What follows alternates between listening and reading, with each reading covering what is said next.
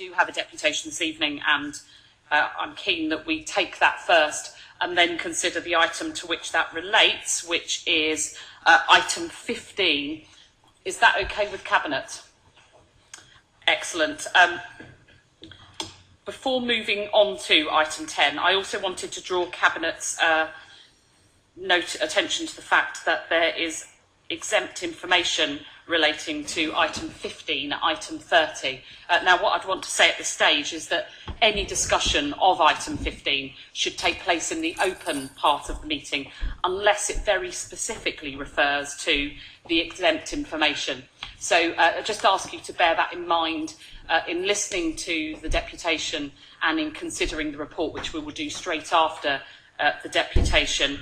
But as people will be aware from previous council meetings, cabinet meetings, that the vote will take place at item 30. But as I say, I would like all of the discussion to be in the open part of the report, unless it very specifically relates to the exempt information. So in terms of the deputation, we have received a deputation from the Hornsey Town Hall Appreciation Society in relation to item 15. And I understand it's Mr. Clifford Tibber, is that correct, who's making the deputation? If you want to come forward, Mr. Tibber. As you will have been briefed by the committee clerk, you will have 5 minutes to present your deputation. Then there'll be an opportunity for any cabinet member to ask any question that they wish. And then once we've concluded questions, I'll ask the cabinet member to respond. We'll then complete the deputation, and we'll then move into consideration of item 15 itself. So if that will make sense and you want to take a seat, one thing to remind you of in this building is that we can't have 2 microphones on at once. So you won't be able to turn yours on using the button on the right of your mic until I turn mine off. But other than that, when you're ready, do feel free to make a start. Of course.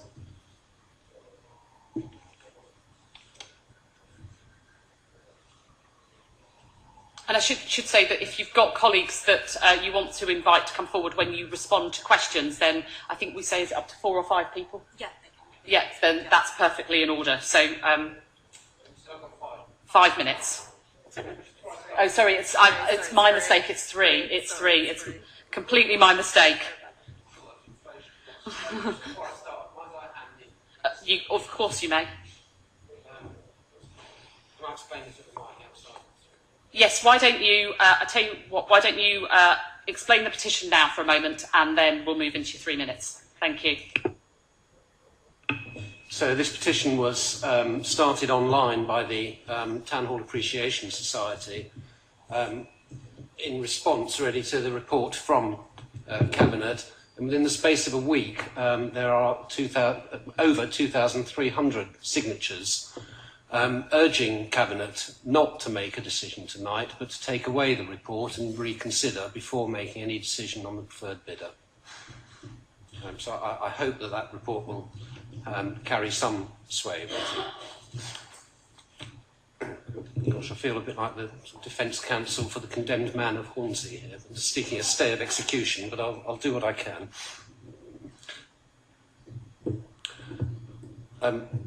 I can't see a clock, so I hope you don't mind if I start my one. So the report that you're being asked to consider concludes essentially that FEC, who's being put forward as the proposed bidder, represents A, a lower planning risk, B, that it can offer a guarantor for the ongoing operation of the building, and C, that they've submitted a better financial offer. And I'd like just to deal with some of those. So on planning, we've taken soundings from many planning experts. We've had advice from Planning Aid for London, and the overwhelming conclusion is that to turn any part of that building into a hotel will require a fresh planning application. And so to say that their bid is to be preferred because of planning is unfair to any of the other bidders. Section 73 won't cut it. A new application for a hotel will be required. As far as the guarantees are concerned, there are actually 2 guarantees in this report. One is for the development work, and one is to guarantee what's called the ongoing operation of the building. Now, Cabinet members, you need to turn your minds urgently now to the question of how difficult and expensive it might be to enforce any guarantee in the Cayman Islands, which is where the preferred bidder is based. And one has to ask what sane bidder in any event would be prepared to offer a guarantee for the ongoing operation of the building over a period of 125 years. The special purpose vehicle to whom it is said you are going to award a contract was not in existence at the time of the bid, and in our submission you are incapable of awarding a contract to a company that even today does not exist. As far as the hotel is concerned, the hotel proposal, GVA and the Creative Trust both conducted surveys, and they both concluded that there's no demonstrable need or requirement or desire for a hotel in the area. So the preferred bidder, registered in the Cayman Islands. Cabinet, ask yourself whether or not you support the Mayor's initiative to restrict the sale of domestic assets to overseas investors, because that's what you'll be doing. Have you considered, and will you please consider more fully, the impact that this proposal will have on the 74 businesses employing 130 people already inside the town hall and doing very nicely? There's nowhere else for them to go. They can't go to the chocolate factory because it's closing. The library is simply not a realistic option. If you accept the recommendation today, it will be a big mistake. As Julia Roberts said, huge. You'll get expensive legal challenges. The whole process might have to be rerun. Have you stopped to consider how inconsistent this plan is with Haringey's own community strategy? Cabinet, the old man of Hornsey must live, but not in a straitjacket of foreign investment, living in a hotel by himself with no merriment and mirth. He must live on as a centre for arts, culture and nascent businesses. Please pause. Reflect, consult, and think again.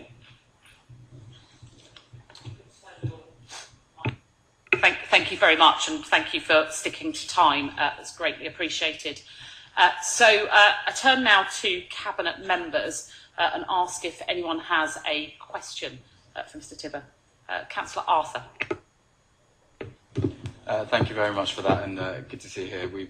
Obviously, I had conversations online and in person about this. I had 2 or 3 questions to throw at you based on what you just said. First of all, you spoke about planning risk and the advice that you had from Planning Aid for London. So I wondered whether you could talk a little bit more about that. And if you could talk about that in the context of the procurement process and the extent to which it looks at bids relatively.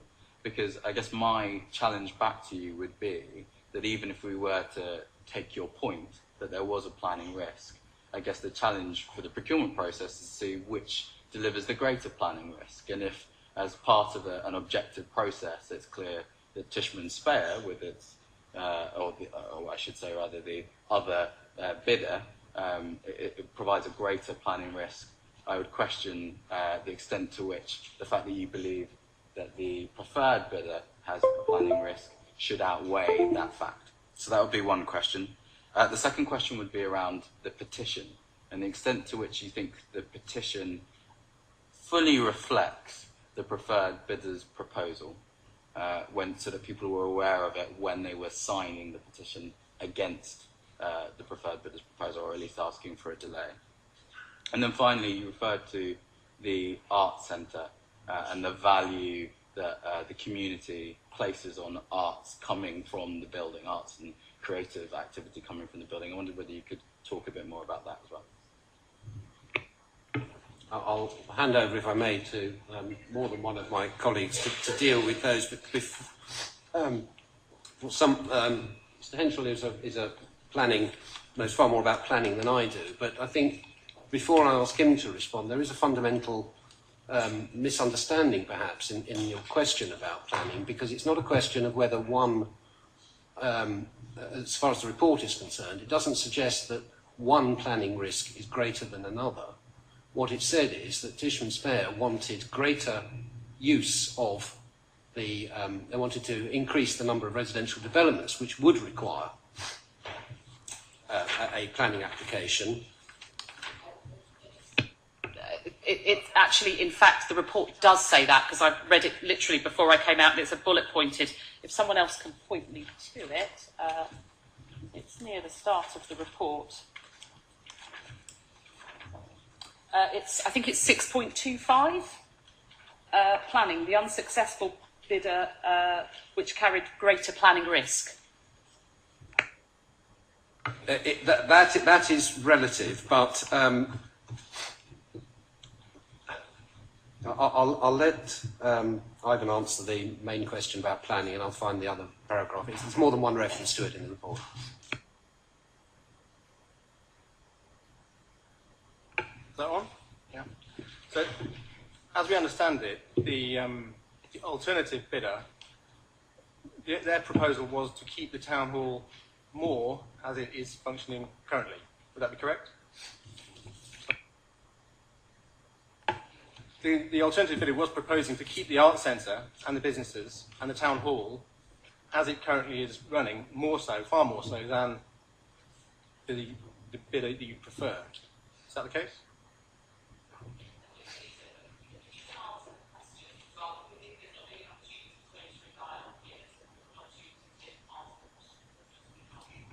Okay. So the planning risk, relative planning risk. One is using the existing permission and keep the art centre running, businesses running, which is in line with the current permission. The current permission has SME workspace, and it has that all designated within the building as part of the actual decision.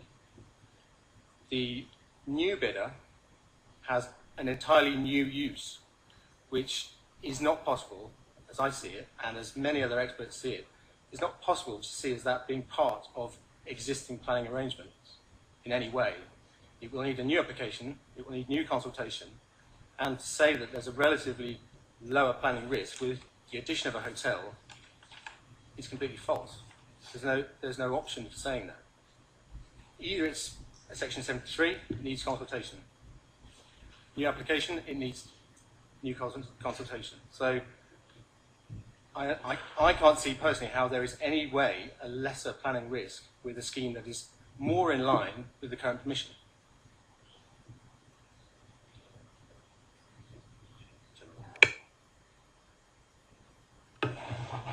Can I just come back to the point we're making? If members look at paragraph 2.5 of the report, you'll see that what it says is the proposal from FEC has a number of important advantages over the second bidder. Importantly, the bid not being recommended proposed higher residential buildings to the rear, requiring a new planning application, and did not involve the developer being involved once the works and homes were complete. It goes on to say the bid being recommended aims to work within the existing planning arrangements and provides clear guarantees about community use and access. So what we say is that is simply not right. The new bidder cannot work within the existing planning framework because the proposal for a hotel requires, on any reading of the law, a new planning application. Does that answer your question about planning?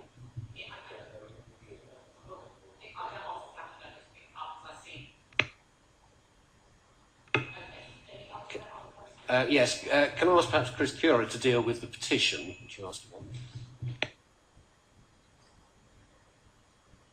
I think your question was what knowledge did those who signed it have of your report? Is that right? I think the fact is that most of the people who signed the petition didn't really have much detail. They had about as much detail as we did. It's the point of the petition, in fact, is to ask for a delay. That's for this particular decision that you are contemplating tonight to be suspended in order to get that information out to the rest of Crouch End public. The fact is that most of the people who hear about the plans for the hotel in particular aren't terribly happy about it, ask for more detail, and we have none to give. All we have is the stuff that's in the cabinet report, and that doesn't really generate much enthusiasm in Crouch End.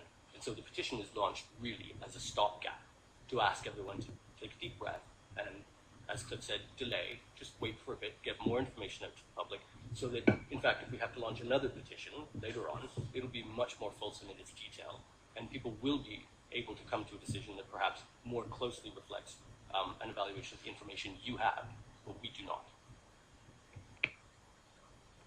I think the point's been made. We're asking for a delay of 1 month on a lease of 125 years. Doesn't sound too unreasonable. Councillor, I think your final question was directed to the current use of the building. Is that right? Chris, do you want to answer that as well? What was the question? Just if you could elaborate on the popularity of the existing activity and any of the evidence that suggests that people would like to see an art centre retained within the hall in the future. Well, I think the popularity of the use of the art centre and the creative spaces in Hornsey Town Hall is, in many respects, as a Crouch End resident, self-evident. 74 new businesses when 18 months ago there were none. 130 people employed in Hornsey Town Hall, generally in those businesses, when 18 months ago there were none.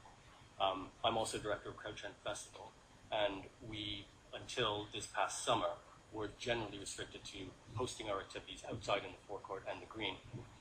This past summer, we really truly did get to incorporate the interior spaces of Hornsey Town Hall into the festival.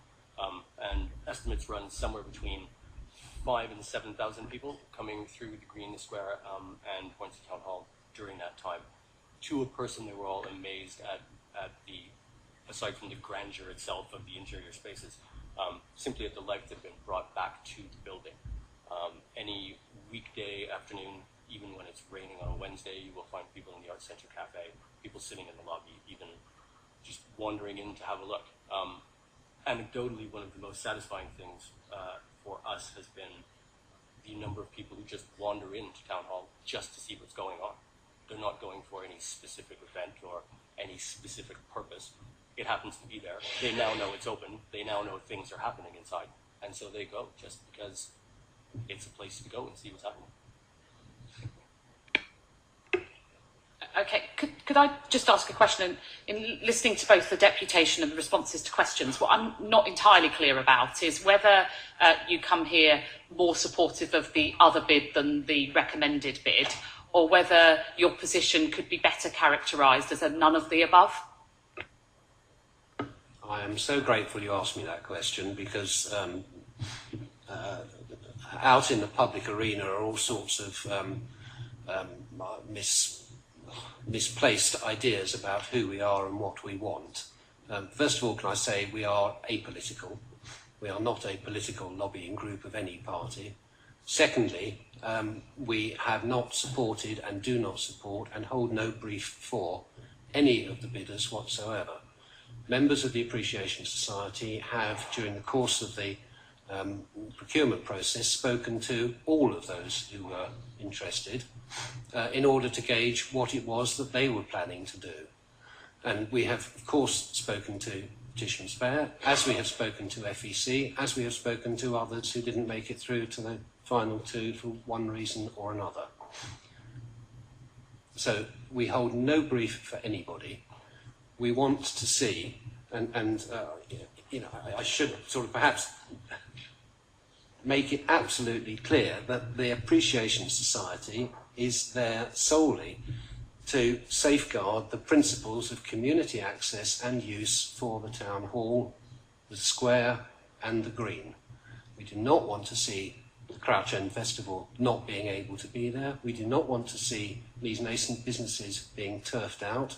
We want to see the place restored to the arts centre that it now is. So what I think I heard there, but I just wanted to kind of understand it, is a none of the above, quite none of the above, not quite none, any of the above, she says, trying to speak English. Chris wants to get that one. I think it is fair to say that given the two choices on the table at the moment, we do prefer the other bidder. Not the other bidder, sorry, I misspoke, the other bid. And the reasons for that are blatantly obvious. The other bid comes closer to the results of various consultations that have happened both by council, by the Creative Trust, and by others that enunciate the local community's aspirations and desires for the ongoing operation of the building. So one bid comes closer to meeting those objectives than the other does, and so naturally we prefer the other. It's not a question of preferring a bidder over a different bidder. It's simply the detail of what the offering is much closer to what we've always campaigned for. It is also true to say that other bids that did not make it through to the final two would have been equally acceptable on those grounds, given our remit, which is, as Cliff just said, safeguarding the community use and access, as well as the nascent businesses and all of the creative space inside Town Hall. So any other questions? I don't see any others. So I'm going to ask Councillor Strickland to respond to the deputation. Great, thank you very much, Mr. Tibber, for coming and for your points. Obviously, we recognise the strong community interest and the strong community concern, and my inbox certainly recognises that in recent weeks. And obviously, just want to respond to some of your points. I think, the first fundamental point is, as a council, obviously what we've been very worried about, and I've been particularly concerned about the last few years leading this project politically, is that this has been going for a very long time. There are staff here who've worked for 10 years on various plans that have gone on over the years for the future of Hornsey Town Hall. So in that context, I don't necessarily see the advantage in delaying for a month, and also not least because, of course, we have run a lengthy, onerous procurement process in line with ORG regulations. That's been conducted by a number of panels against criteria which are published in the Cabinet report. Those panels have all scored things separately. They're then added up to produce the preferred bidder. And obviously delaying looking at this report for a month is not going to change nor undo that very lengthy and very detailed process. I think it's very important for me to be honest about that at the outset. To pick up the other specific points you raised, firstly on planning, I think what's really important to explain is just what was assessed. So what you'll see later in the report, you see the table and a section that talks about planning. So to be really clear, what was not assessed was, whether this bidder needs a new application or this. It wasn't that sort of detail. What the bidders were asked to do was submit a planning strategy, and the planning strategies for the two final bids were assessed. And what the scoring panels concluded, was that the proposed change in use for the successful bidder carried a low planning risk, and the proposed additional massing and higher development for the unsuccessful bidder. And it's important to say that that assessment included planners from the council, and included independent planning advisors who are part of that panel. But it's also really important to say that if you look at the table in the report, planning actually only makes up 5% of the overall scores. The report makes clear that the distance between the two final bids was 15%. So planning needs to be taken very much in that context. Secondly, coming on to the guarantees, this has obviously been of concern to me and something I've talked to our lawyers about a number of times. And what I've been told very clearly, because of course this was raised during the process, is that FEC have assured us that we can be given a clear guarantee. We have advice from our internal staff and also external advice that this is enforceable, and that we're reassured that what is said in the report is absolutely the case. But so this is the guarantee on the lease that I've done a bit. Yeah. Coming to the hotel, so I appreciate the concerns about, would a hotel work in the building? Would it be viable? Again, what's really important to say is that, details have really gone through the fine-tooth comb. The assessment panel that looked at these issues included external advisors who are specialists in the hotel industry, in the hotel economy. So bids were scrutinised in that way. But also I think we're reassured that the recommended bidder operates 20,000 hotel rooms around the world. There's equally a commercial judgment on their part. But obviously in terms of our due diligence and our assessment, again, I'm reassured that the right people are involved. That included independent advice. And I'm, on that basis, happy to recommend this to Cabinet.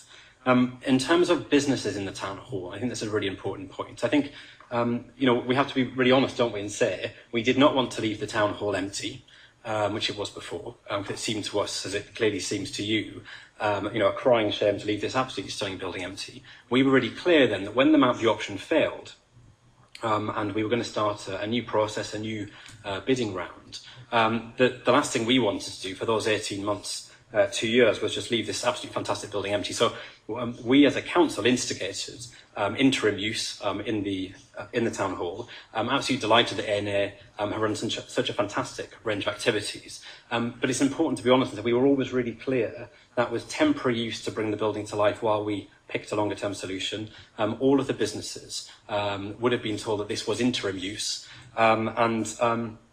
That I think is really important, but also important to say that given that it has worked in the interim, which has been fantastic, we are committed to working with those businesses. We will be seeking to set up meetings with businesses who are struggling to find properties elsewhere. I think you referenced in your comments, there's money set aside to improve Hornsey Library. That includes looking to see if we can improve the amount of business space in there for local start-ups and other entrepreneurs. We're in advanced discussions with a local organisation about that. We want to talk to businesses in the town hall who do want to move elsewhere, about whether that's an option for them, whether we can assist with employment space elsewhere. In terms of, you made a point about legal challenges and people wanting to do that. I mean, all I can say is, this has been a long, onerous, and I think fair and objective process with a whole range of panels, not only involving council staff and independent advisors, but there were 2 representatives from the Hornsey Town Hall Creative Trust on the community assessment panel. So a whole range of people. So I do think this has been a fair and robust process. On your final comment about arts and culture, and your, I think, quite correct desire to see mirth and merriment pouring from the town hall. And I think this is so important because we do want to bring the town hall to life. This is why we've arranged it as we have with a long lease. That's why we put very strict, and you'll see from the report, a mandatory requirement around community use. Community use is the highest scoring bit of the assessment. And we're delighted that the successful bidder, which I'm recommending to Cabinet this evening, does include proposals for an arts centre, is genuinely committed to that, is committed to working with the community, is committed to setting up a community steering group to involve residents in helping to shape those proposals. So I hope with that arts centre, but an arts centre in the context of a financially sustainable building with a diverse mix of uses and a diverse range of income streams which will work, there will be plenty of mirth and merriment going on, I certainly hope, but also you'll have a building that is secure for the future, does work financially, where there are guarantees in place to make sure that that will go on in the long term. Thank you very much for bringing forward your deputation. That concludes the deputation now, but we're going to move straight on. So if you'd like to retake your seat, but we'll move straight on to consideration of item 15 on the agenda. So, Cllr Strickland, I know you've just finished speaking. You gave a fairly lengthy response, but can I invite you to say anything else you wish to say to introduce the report?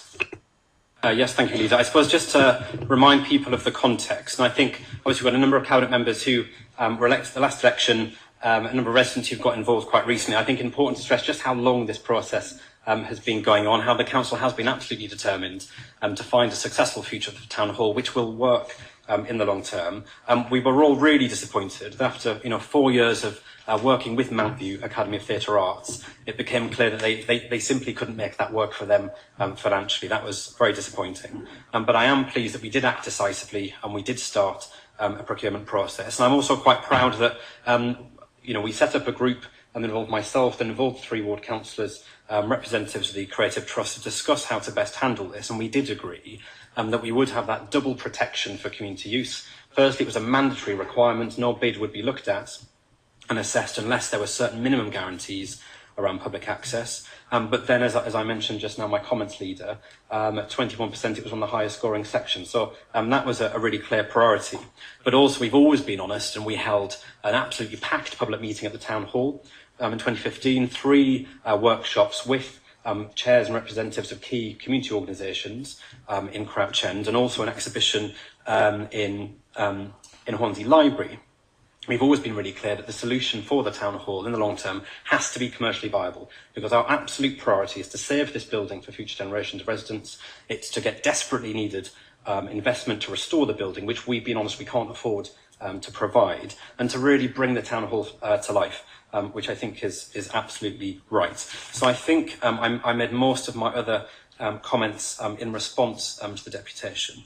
But I think obviously a number of questions have been raised tonight and by email about the process. And I think again, just to emphasise to colleagues that this, OG processes are difficult and onerous, involve, detailed assessment, not only of bids, but the competitive dialogue process, the back and forth challenging bidders. I've been overseeing that politically, but obviously haven't been involved directly in scoring, but I am genuinely reassured that we have done this properly, and we've done this in accordance with the public procurement regulations. We have done it on a robust basis.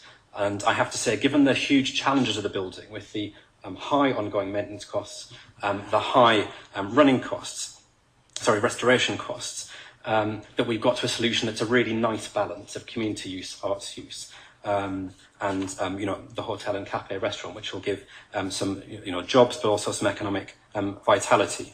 I also just wanted to clarify, because we've been asked about planning, just to clarify again, questions were asked about paragraph 2.5. Obviously that is in a section which just tries to briefly summarise the report. I would direct people to the paragraph quoted by the leader. So I think just important to say in 2.5, just to repeat this, that to clarify that of the two final tender submissions, what was assessed was the planning strategy, and the preferred bidder's planning strategy had a lower planning risk. That's how it was assessed, and that's because, as I mentioned earlier, the proposed change in use from the successful bidder was assessed as having a lower planning risk, whereas the proposal for increased massing at the rear, higher buildings, greater density from the unsuccessful bidder was assessed as having higher planning risk. So it was the risk of the planning strategy that was assessed. It wasn't necessarily the nitty-gritty that was being raised earlier. And also to emphasise that what that did include independent planning advisors helping with that assessment. So just important to clarify that. But I do think we've got to a really good solution, a good mix of uses. I do think it will bring the town hall to life. And I think the guarantees around community use in the future are very reassuring. Thanks for that, Councillor Strickland. It's interesting that point you make around intensification of planning use, because one of the things that I did over the weekend was just look again at all of the documentation associated with Hornsey Town Hall that I was familiar with since becoming leader in 2008. And if you turn to the planning committee, which I believe met in July 2010, the objections to the planning permission for the planning, the objections to the planning application on Hornsey Town Hall at that point in time, all related to the intensity or the perceived overdevelopment of the residential. Particularly, there were quite a number of views expressed around kind of massing, rights of light, not rights of light in a legal term, but light issues, as well as some of the considerations that arise from large-scale residential. So I think that's pertinent. I'm turning now to I'll take Cabinet contributions, but what I might do first, Councillor Arthur, is I'll take questions from councillors and then I'll invite Cabinet to make contributions. And as I say, just to re-encourage people that I'd like everyone to air all of their views and questions in this public part of the discussion, unless they relate to the very specific exempt information. Councillor Engert, then Councillor Ball, then Councillor Carter, then Councillor Blake.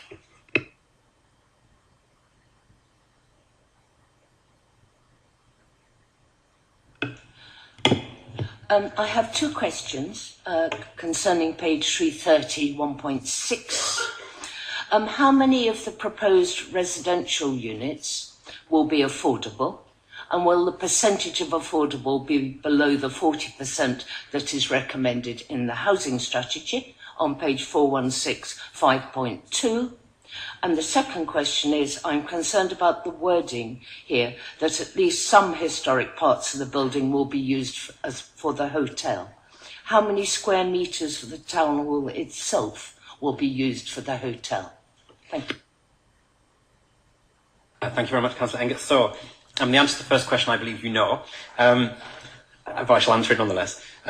So, as you know, what's really, really important to say is that the report tonight relates to the procurement process, which Cabinet triggered in the summer of 2015. That's what this report is about. This report is not about the planning permission that was granted in 2010, long before many of us got involved in this. But it's important to remember that in that application, the number of affordable units is very low. It's 4, as you know.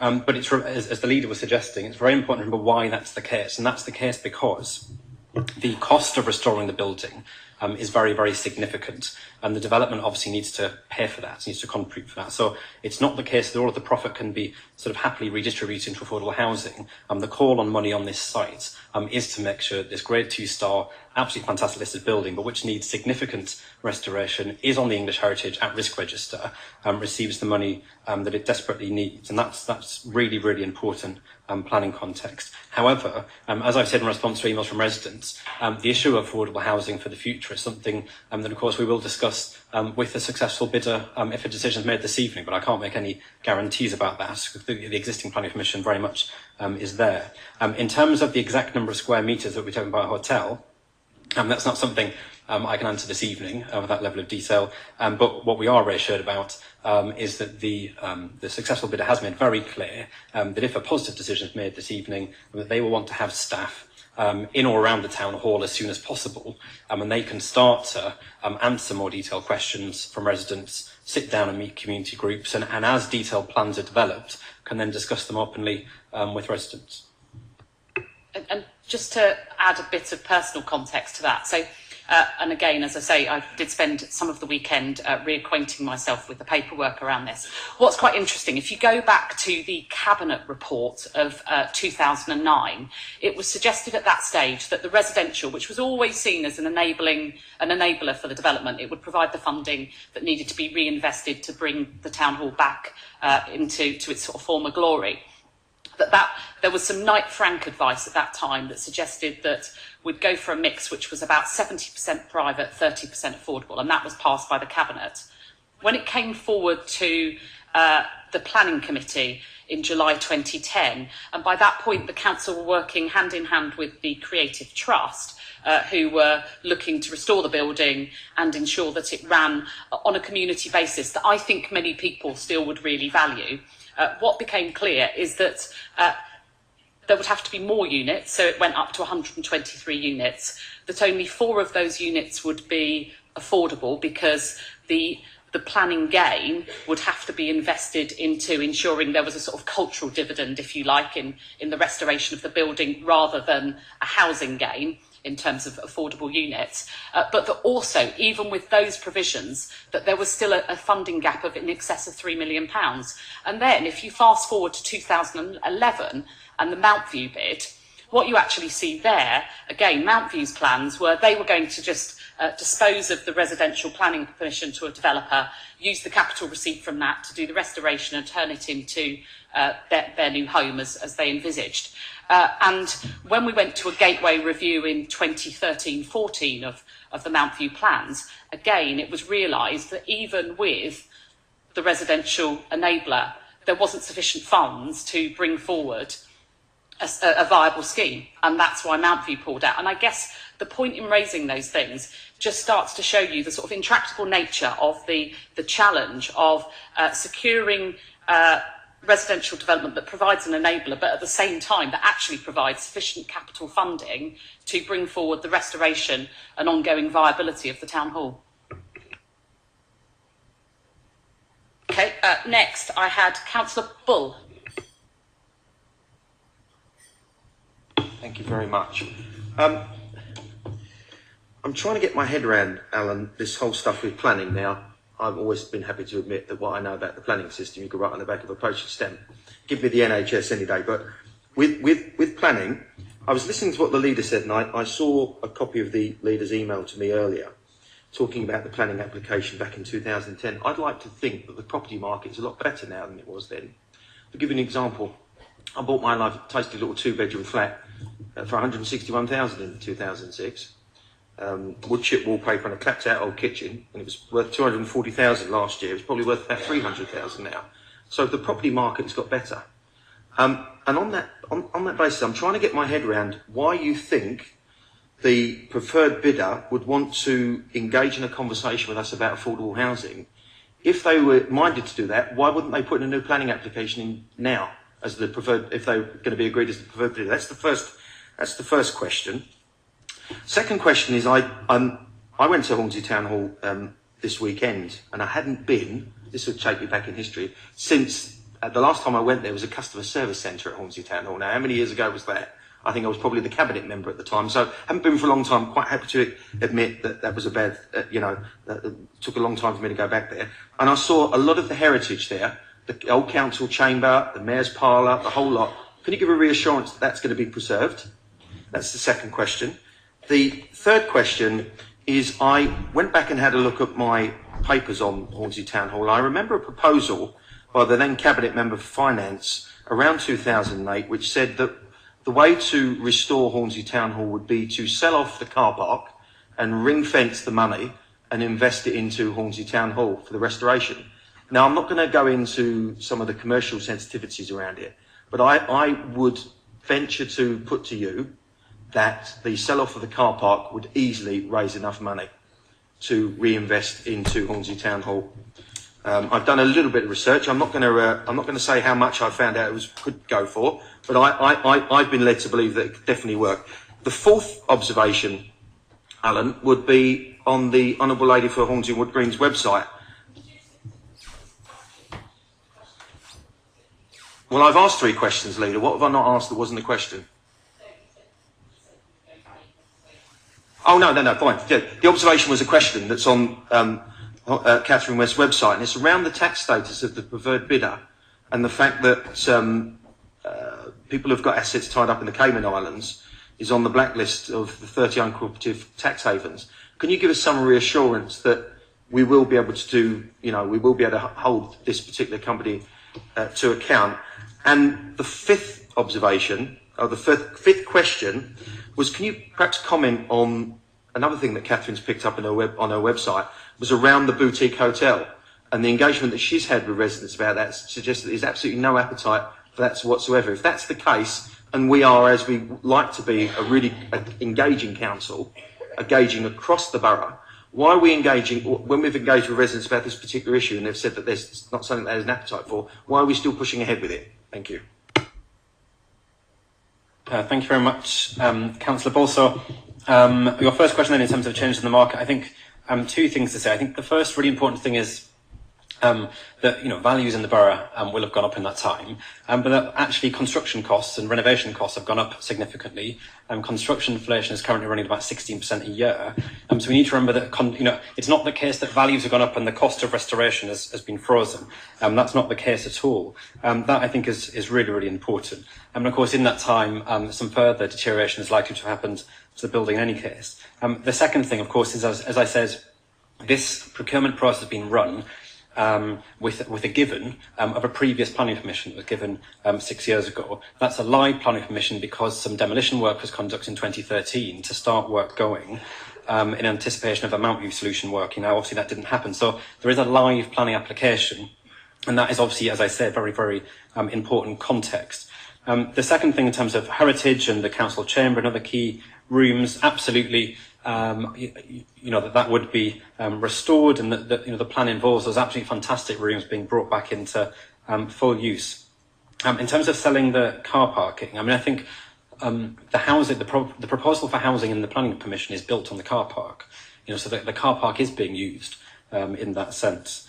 In terms of Catherine West and questions about finances, as I mentioned earlier, this is something that obviously has been on my mind as well, and I've wanted reassurance about. I've talked both to our lawyers and also to the Chief Operating Officer, and have been repeatedly reassured that as part of this work, financial due diligence has been conducted. That includes due diligence by the Council's independent financial advisors, and that has come back with a clean bill of health and with reassurances. The second thing to say is, as is mentioned in the report, as we understand it, the bidder's intention is to set up a special purpose vehicle, which would be a UK-based company. And I think that's a really important point to make as well. In terms of a boutique hotel, and will it work, and what if residents don't want a hotel? Again, we were really, really honest when we started the procurement process in 2015, because this is a really difficult building. It's complex, it's expensive, and as you know from across London, sometimes reuse of buildings like this has worked. Sometimes it really hasn't, and they haven't had a successful future. So we were really honest when we started the procurement that we had no presumption of what the building would be used for. And we used that phrase explicitly in the public meetings that I was at, and also in documents. So we've been really clear that we couldn't make promises about whether this would be in or that this wouldn't be in. What we've set out to do is to find a sustainable financial future that meets the 5 objectives that were set out in the Cabinet report in 2015. As I said earlier, that's included quite firm requirements about community use. But we can't escape from the fact that this is a very, very money-hungry building that needs a lot of work. There has to be commercial uses as part of that mix. We had no presumption of what they might be, and so if a hotel works, which the due diligence and the assessment work suggests it will, and if there's a bidder with experience of hotels, which there is, who are interested in doing that, then I think I'm satisfied, and that's a good basis to move forward on. Just to say that, were it as simple as selling off the car park and therefore raising the capital to restore the building, then actually the Creative Trust plans from 2008 would have succeeded, because that's precisely what was going to happen there. But as I explained, the 2010 Planning Permission was about getting the planning permission to dispose of the rear of the development to a developer, for them to bring forward the residential development, for the capital receipt to be cycled into the restoration of the building, and it simply didn't stack up. And I know, because I worked really hard with some very talented people from the community, that they worked very, very hard alongside council officers who worked very, very hard to make that work, and we just couldn't make it work. Councillor Carter.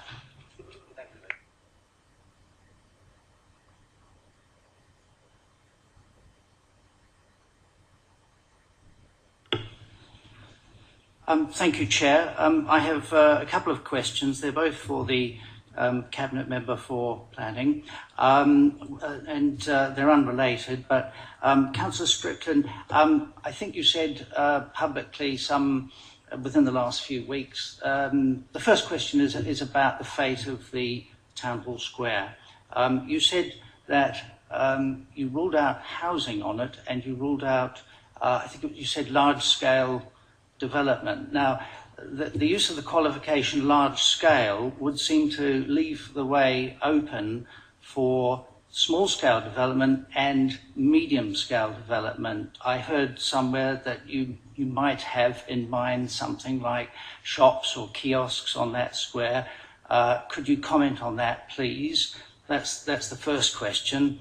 And then the second question is about, a reference has been made earlier to the advice of Planning Aid for London.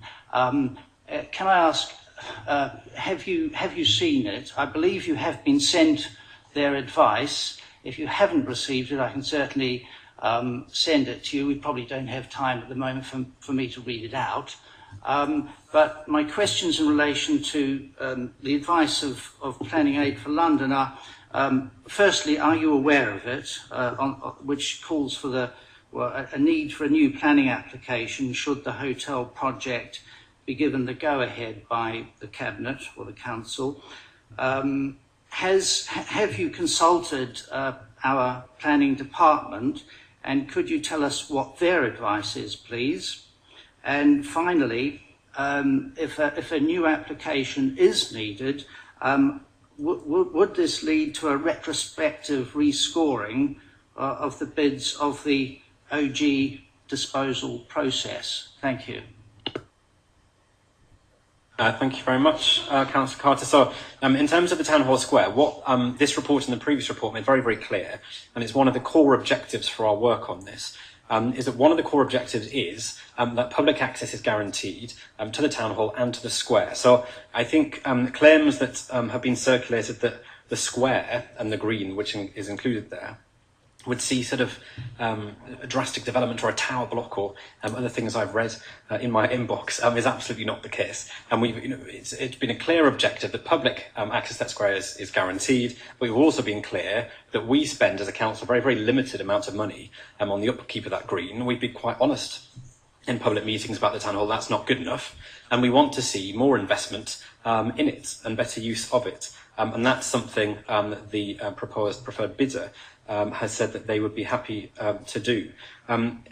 So I think that's all I can say really on that, and there are no plans for any sort of development of that kind. The second thing, in terms of planning it, so I know that something has been sent, but my conversations around planning have been with our procurement advisor, with our chief planner, and obviously with the assistant director for corporate governance. So I have had planning discussions. I've obviously asked questions to reassure myself, but I'm not sure I need to start engaging with external organisations. But of course, I'm sure our planners will have looked at what to come in. And just to emphasise, I think, Clive, in terms of your question around new planning applications, as I stated earlier, what's been assessed, and this answers your last point around retrospective rescoring, what was assessed, as it says in the report, were the planning strategies submitted by the bidders, and the report makes quite clear that one was assessed to be higher risk than the other. That doesn't necessarily relate to the ins and outs of exactly what type of application somebody may or may not put in. So in terms of whether one bidder may put in a particular application, that's not something we can comment on at the moment, because we would need to have further discussions with the bidder. The assessment was on the planning strategy submitted, and part of that was the associated risk. That's really, really important to re-emphasise. Thank you. So reassurance, no development of Town Hall Square. Councillor Blake.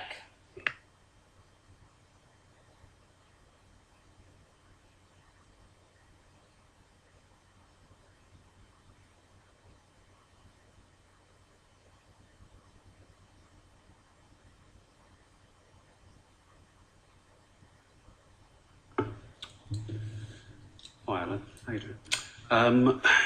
I think this question's been asked already, effectively, I think, by Councillor Haringey in a more technical way, but I just want to flesh things out in terms of context. I mean, it's really the point around why we can't generate a larger social housing return from this scheme. And there's just a few points I really would like you and the Cabinet to go away and reflect on, particularly in the context of the suggestion from members of the community here in terms of calling a break on this process. One, in terms of when we started this procurement process, Boris Johnson was Mayor of London, not a great commitment towards social housing. We now have a Labour Mayor, fully committed to social housing. I can tell you I was at an event last week with 2 deputy mayors, fully committed to taking on the challenges of inequality in this city, fully committed and understanding the issues around gentrification in this city. So we have a very different political context. A mayor committed to social housing, a mayor who's going to be committed to a proactive art strategy for this city. So that's my first point. My second point is in terms of how the process has been taken forward up until this point. I said that these are points I'm making, basically, in terms of context to the main question, Claire. So,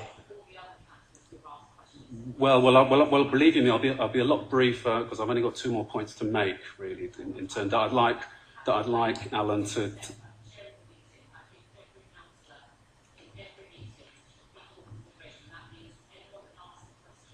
I'm asking a question, but I'm making pertinent points, I think, that should be addressed in terms of addressing that question. Well, the points are related to the question, Claire, with all due respect. The second point, really, is around the issue of temporary accommodation costs. And in terms of when we look at financial viability around schemes like this, are we looking at the very kind of large, substantial challenges that we've got around temporary accommodation costs and the potential for making savings there in terms of, leaning towards developments with RSLs? My final point, there is a risk with this development in terms of the developer. The issue around foreign investors in the housing market is something that the Mayor is looking at. Are we concerned that we could have a flagship development in the middle of Crouch End where the majority of these properties are going to be purchased by overseas buyers? Thank you.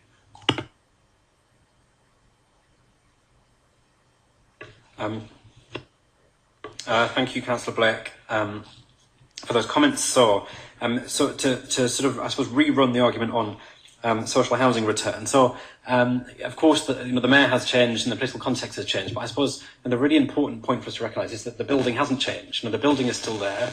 The building still has the same major challenges. It still comes with the same huge associated costs. And clearly, if it was possible to magic up affordable housing and an arts centre and restoration and this and that, we'd love to do that, but we have to be realistic. The building can't pay for everything, that's not possible. It's a question of priority, and the council's priority, as set out repeatedly in cabinet papers, has been to restore the building, to save it for future generations, and to ensure some meaningful community use, and that's what I feel pleased that we've achieved.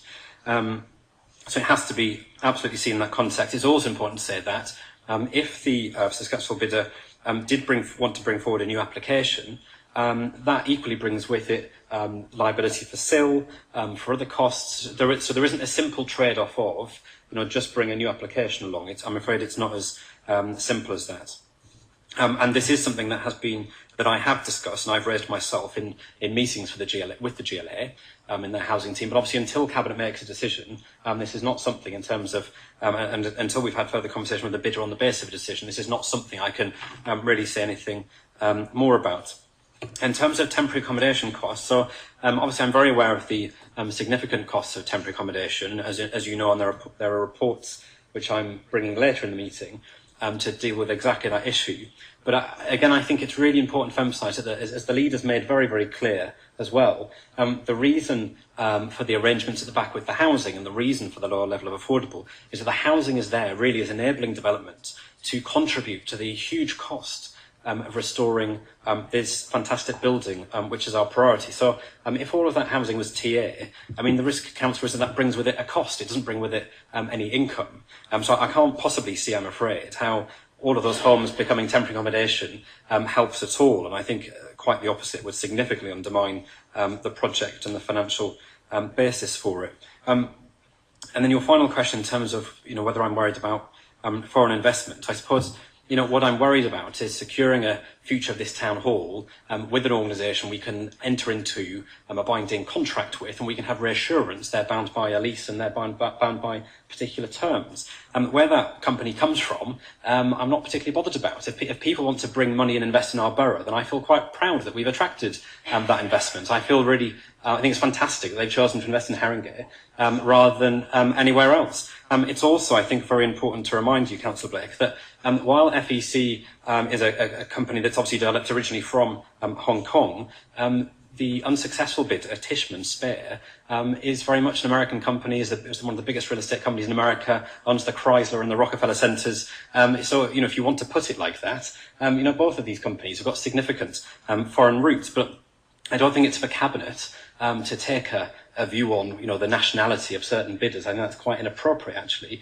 What we need to look at is the proposal a good one? Does it meet our objectives? Have they genuinely and legitimately emerged as the highest bidder in a pretty tough and onerous process? That's what we're testing. Will it give a strong future for Town Hall? Which country they're from, I think, is quite frankly irrelevant. Okay, so concludes the questions from councillors. Cabinet members, should people want to make any comments that they haven't yet had an opportunity to make, I'd like to have that discussion now. So I've seen Councillor Goldberg, Councillor Arnett, and then Councillor Weston, and then Councillor Arthur. Thank you, Leader. I think this is an issue I think we've been discussing since I was elected first in January 2009. And I would say the impressive thing is that we were in a situation as an authority where we had a genuine choice around the direction we could take it in, and serious real estate companies that had heard that we're very clear that we wanted to have some sort of community use. That's always been consistent in terms of our promise to the people of boroughs that we would secure that, and I think we've delivered on that promise. And the fact that we had options to pick from and beyond too, by the sounds of things, is a longer process, I think is also really important. And I think it's also important to bear in mind what postponement means. It also means a further postponement of letting down the people in Crouch End, of bringing a very important part of that square and that civic realm back into use. As someone who lives on that side of the borough, I have to say that the entire time I lived there, that space has been pretty much underutilised. And I can't think of a public square like that outside a town hall in this city where there is an underuse of activity compared to what it should be. And if you go back to the original envisagement of what that was, it was designed to be literally the civic heart of Hornsey. It's why on the right-hand side you had the old gas showroom, which is now Barclays Bank. You had further kind of public utilities, which is now a restaurant. You had our own customer service centre. And that square should be in use week in, week out, full of activity. And I think a hotel is a very good way of activating it. And to be able to secure public space and restore that building to its glory is a good thing to be doing. And just to give an idea of how difficult these things are to do, I think it's worth reflecting on some of the journeys some of us have been on. So the Town Hall Creative Trust itself, I believe, was formed in 2007. So we're nearly 10 years since they themselves as a community took on the ambition to bring back that town hall into use. And we're now at a situation where not a single spade has been laid in the ground 10 years later, despite, I think, 2 planning permissions being given on that site. And it's not to discredit their work. I know, because I sat on that community trust, I think when I was first elected, how hard they have worked. It was they who brought Mount View to the table of the council and said, this is our now preferred solution because we recognise that the maths does not add up and we can't make a creative and community trust-led solution work alone. So they bought Mount View. Mount View then fell through, and I don't think there is a person in this room or in this borough that wasn't disappointed when Mount View fell through on their promise. And I think that was partly about the situation that they were in as a college. I think it was partly in terms of they didn't realise what they were taking on in terms of the difficulty of the building. The last thing I would reflect is I remember sitting in this very room in a workshop with that community trust and with the Princess Regeneration Trust, who also invested time and effort and energies to bring this building back into use.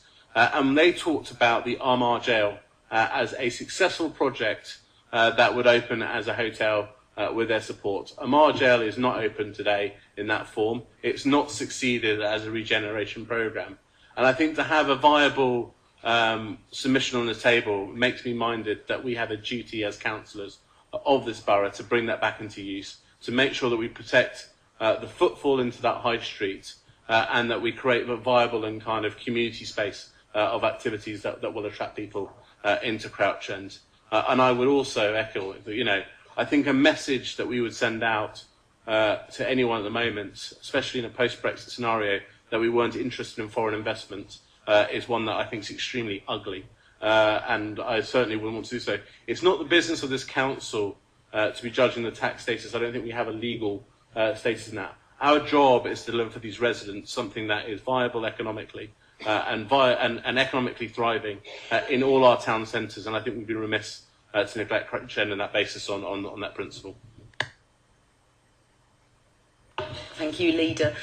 So it's similar to the question that was put to you by Councillor Carter and some of the points that Councillor Goldberg has alluded to, but and relates to the square, actually, the Town Hall Square. So as the Cabinet Member for Environment, I'm concerned that that square remains accessible to residents, and I'm just wanting to know, and if you can clarify the safeguards for this, please, Councillor Strickland.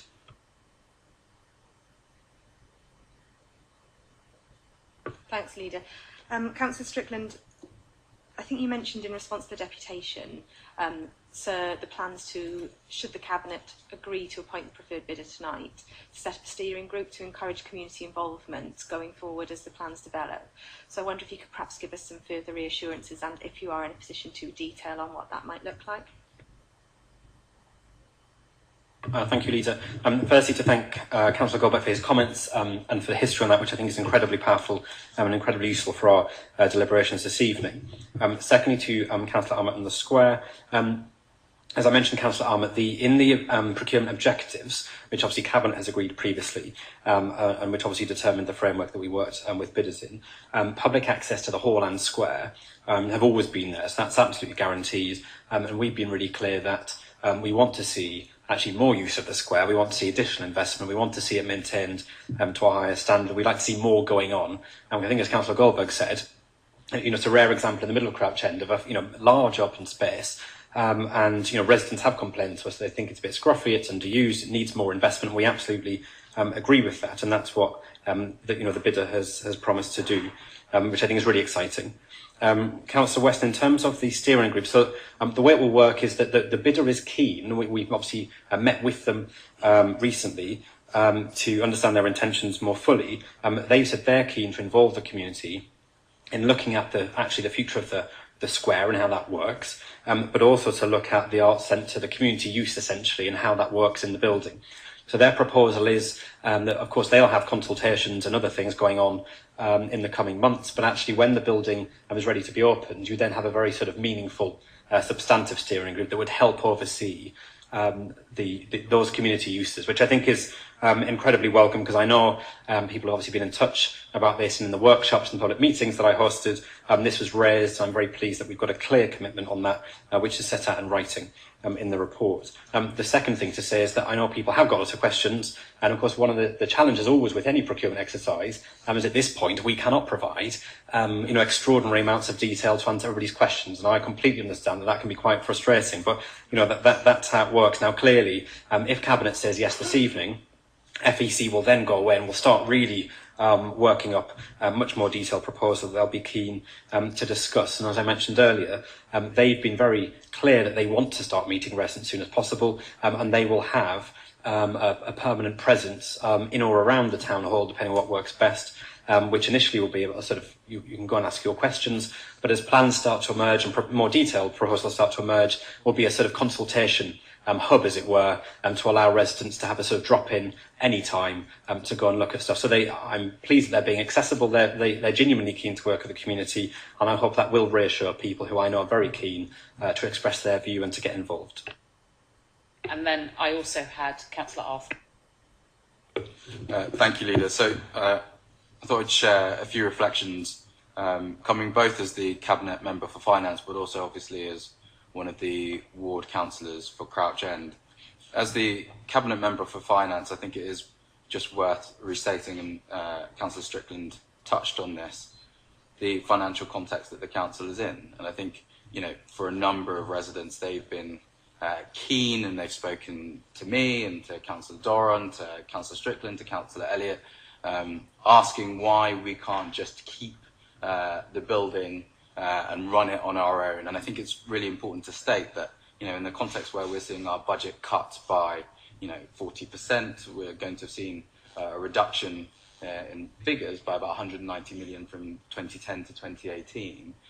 Unfortunately, the council just doesn't have the financial capacity to bring the building back up to its former glory and to the quality that we would like to see it in, but also maintain it so that the community can access it in the way that it wants to access. So that's just a bit on the financial context. As a ward councillor, I think it's important that we as Cabinet are aware of, and I think we are, the level of frustration that exists within Crouch End and within the community, and the cynicism that has led to. So frustration that what is a stunning building has been sitting there, falling into disrepair. Frustration that up until recently, the community weren't able to access the building and utilise it in the way that they wanted to. And cynicism, if we're being honest with ourselves, about then the council's commitment to actually finding a solution that the community cares about. Now, in the conversations that I've had, what's been really clear are a few things. The community absolutely wants to access it and the square, but they absolutely cherish the arts, cultural activity that's happening within the square at the moment, and Chris articulated that very clearly in response to my question, that they absolutely want to have some role in its ongoing involvement, because they believe passionately that if this building is going to be within the community, they'd like to continue to have a stake in it. And there's also a recognition with the businesses that are in place at the moment that is a good thing, and that they'd like to support those businesses, many of them creative industries, as much as they can. Now, the challenge that I would put back to the deputies is that I would say that, although perhaps not perfect and not delivering everything that we want, actually the proposal in front of Cabinet today actually ticks many of those boxes. So if you look at the petition, you could read that petition and assume that the proposal was just for a boutique hotel. And actually, when you go through the proposal in front of us today, what's clear is actually it's a mixed-use development, not only that provides that boutique hotel, that commercial offer that we believe can make the hall financially sustainable, but actually then also delivers what people care about. So any consultation that's come out an art centre has come out top, and that's what the proposal is planning to do. The council has also said very clearly that we will ensure that access to the building and the square will be written into contractual agreements, and we've given the commitment to say that those businesses that currently operate within the town hall will be supported, whether that's in the library or any other space that we can find within the borough, so that they continue to flourish. So on so many of the things that the community cares about, I believe that actually this proposal does deliver on that. Now, I'll end with this. I think what's incumbent upon us as a cabinet is to ensure that, given that there are concerns and given there's a strong level of cynicism, that we continue to work with the community and with the preferred bidder, if this is approved tonight, to get as much information out. And it's good to hear Cllr Strickland make that commitment. We need to be sharing what exactly that art centre is going to look like and how it's going to operate. As soon as we have more detail on what's going to happen with the businesses and how we can support them, we should be articulating that, making sure that the investment into the square and the green is something that the community feels invested in. Those are things that I think we should be doing, and I personally believe that this proposal will enable us to do that, and it's reassuring to hear your commitment, Cllr Strickland, that you are intending to lead that effort. Thanks, Councillor Arthur. I'm going to leave it there, but I would just say on the point of the petition, I did just read that myself, that all the petition actually says in relation to the preferred bidder is, despite this, Haringey have chosen to consider as their favoured option a luxury boutique hotel under foreign ownership. It doesn't say anything about the mixed-use nature of the preferred bidder scheme. I'm looking around and I don't see any other contributions from Cabinet members at this point in time. So we will consider the recommendations which are at paragraph 3.1, I believe, 3.1, in the exempt part of the meeting, solely because we have to allow for discussion of any exempt material before making a decision, and this is the way we do things. So I'm going to, at this point in time, move back to item 7, I believe, on the agenda. If you give me a moment. Item 7, which is matters referred to the Cabinet by the Overview and Scrutiny Committee. For those of you that have joined us